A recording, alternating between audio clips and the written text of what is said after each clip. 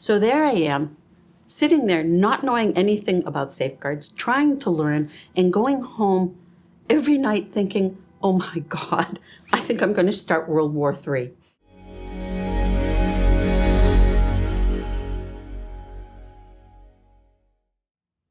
So greetings, I'm Laura Rockwood. I was formerly the senior lawyer for the IAEA for all things related to safeguards and nonproliferation. I worked there for 28 years, and I'm a lawyer by training and by profession. Well, it certainly wasn't a career path I had started out wanting to do. I knew when I became a lawyer, I wanted to live and work in Europe, and I wanted to do public international law. So I started out at the IAEA knowing nothing about safeguards. And I learned not just about safeguards over my career, but profound lessons about how one can effectively interact with people from different cultures, to negotiate with adversaries, to negotiate with respect, how to communicate effectively. If you want to convince somebody of your position, how do you do that? Well, it's really interesting. When I very first moved to Vienna, I myself had not met any Iranians either. And one of the first events I attended, there was the Iranian ambassador there. And as he got up to be introduced, I held out my hand to shake his hand, and he wouldn't do it. And he wouldn't look me in the eye. Now, mind you, this was 1985, so it wasn't so very long after the revolution in Iran. But I found myself being quite put out by this. But interestingly enough, within 5 years, we had established a professional relationship. In fact, in the 1990 NPT Review Conference, which was in Geneva, I was on the secretariat staff of the NPT Review Conference. And this ambassador wanted to table a proposal for consideration by the Safeguards Committee. And he didn't know quite how to do it. So he approached me as the secretary to the committee, and I was able to advise him. He was able to table his proposal, and in fact, it was accepted. And it's been used in the NPT Review Conferences ever since then. But the reason I tell this story is what happened afterwards. When Main Committee 2 was finished and I was packing up my papers, he approached me as I was sitting at the podium. And with his eyes downcast, he said to me, "I want to thank you very much. You've been very professional, and I really appreciate it." Well, he still didn't shake my hand or look me in the eye, but to get that kind of acknowledgement from someone who comes from such a different culture felt really good to me. Felt really good to me. A very interesting experience, again, with an Iranian ambassador. Different person, different time. This was 15 years later, 2003, 2004. Iran, if you may remember, had decided to sign an additional protocol to its Comprehensive Safeguards Agreement. And like pretty much every other country that concluded an additional protocol, they needed training. So it was decided by the head of the Office of Legal Affairs to send my Australian colleague, who happened to be a man, because the director thought, for sure they aren't going to want to deal with an American, and they certainly won't negotiate or listen to a woman. So I gave my presentation to my colleague. He went to Tehran and gave the presentation. He's a bright lawyer. No reason to think he wasn't able to give it effectively. After that, during the general conference, this ambassador, the Iranian ambassador, came up to me and said, would you be willing to come to Tehran and give us some training on the additional protocol? And I said, well, Ambassador, first thing, you really need to talk to the Director General about this, but not me. But as for me, and if you're asking me personally, you need to know that my colleague gave you my presentation. So I don't know whether I would be able to add anything. And his response was, Well, Miss Laura, everyone knows that if you want to know anything about the additional protocol, they have to talk to you. Imagine.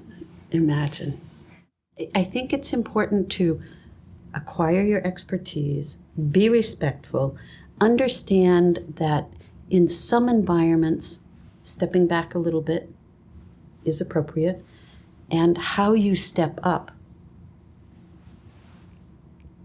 you have to judge in any given environment. But, try not to get ahead of yourself, especially as a younger person. Doesn't mean you shouldn't, if you are tasked with doing something, you should definitely do that.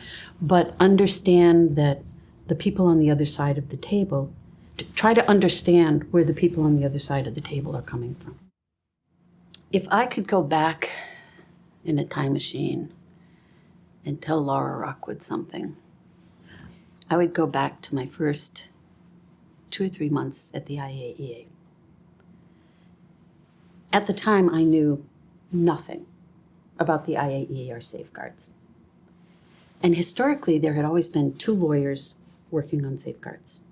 Well, right after I arrived at the IAEA in August of 1985, my colleague who did safeguards as well retired.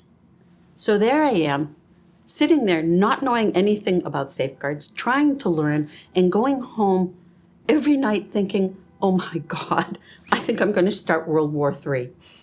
So what I would tell that Laura, that young Laura who didn't know anything about safeguards is, don't worry, there's no way any given individual in this institution has that kind of power to impact things. So don't worry about it. And that's one of the things about international institutions that can be frustrating because they move slowly. But on the upside is, if you build a good organization that has checks and balances, it isn't possible for a brand new lawyer to start World War III. So that's what I would have told the young Laura. It's important to understand that over the 28 years that I was with the IAEA, safeguards changed dramatically. And what we had to do is not only working with the staff within the Department of Safeguards, but also member states. And they had to understand, we had to try to explain to them why it was important to strengthen safeguards. Now, most of that initiative came from the member states to the Secretariat. So they had actually asked us to strengthen safeguards. But as time went on and people left their ministries of foreign affairs, you had a loss of knowledge. And so 20 years later, 25 years later, you see some of the battles that came up in the early 1990s about the agency's authority being re-argued. And part of the problem is because there's been a loss of knowledge. So we had to reteach and retrain and explain how, yes, those questions are legitimate questions, and here are the answers to them. So the story about Iraq, in 1998, the IAEA had to pull its inspectors out because there was going to be a bombing. So we pulled our inspectors out, and Iraq didn't agree to let them back in until 4 years later, 2002, end of 2002. So we sent our inspectors back in. We really investigated whether there had been a resumption of its nuclear weapons program, and we were in the process of coming to the conclusion that we'd seen no resumption of the nuclear weapons program, and we had developed a really good working relationship with the Iraqis. And I remember the last meeting with the Iraqis when Mohammed al-Baradei was the head of the IAEA, Hans Blix, the head of UNMOVIC, and Hans Blix said to the counterpart, help us help you. We can perhaps avoid the drumbeats of war. And I'll never forget the Iraqi ambassador sitting across from us saying, you make a mistake. There's nothing that's going to stop this.